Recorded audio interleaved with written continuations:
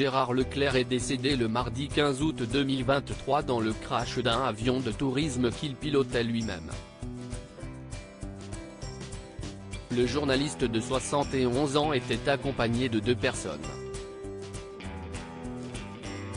La France est encore sous le choc.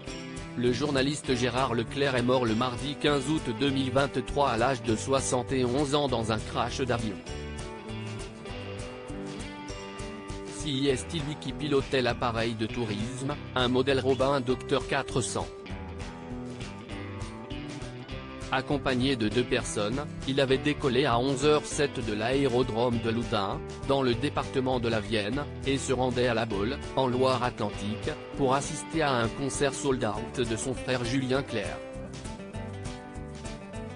La performance devrait être maintenue en son honneur, le jeudi 17 août 2023 au Parc des Dryades. Mais en attendant, les recherches continuent.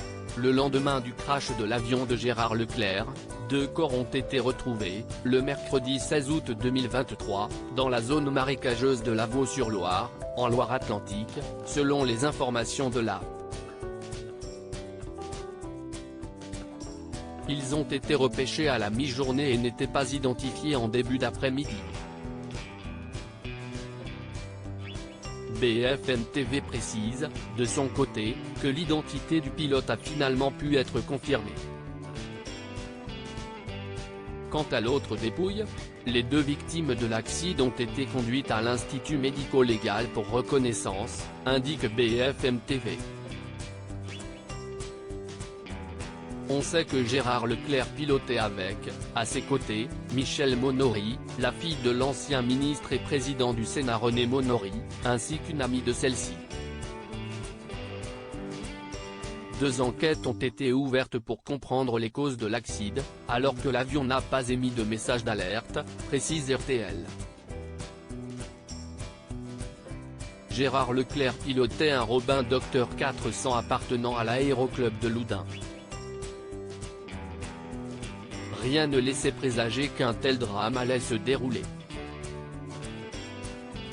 À 11h37, le journaliste avait même annoncé à la tour de contrôle de l'aéroport de Nantes qu'il entrait dans l'espace aérien de Saint-Nazaire.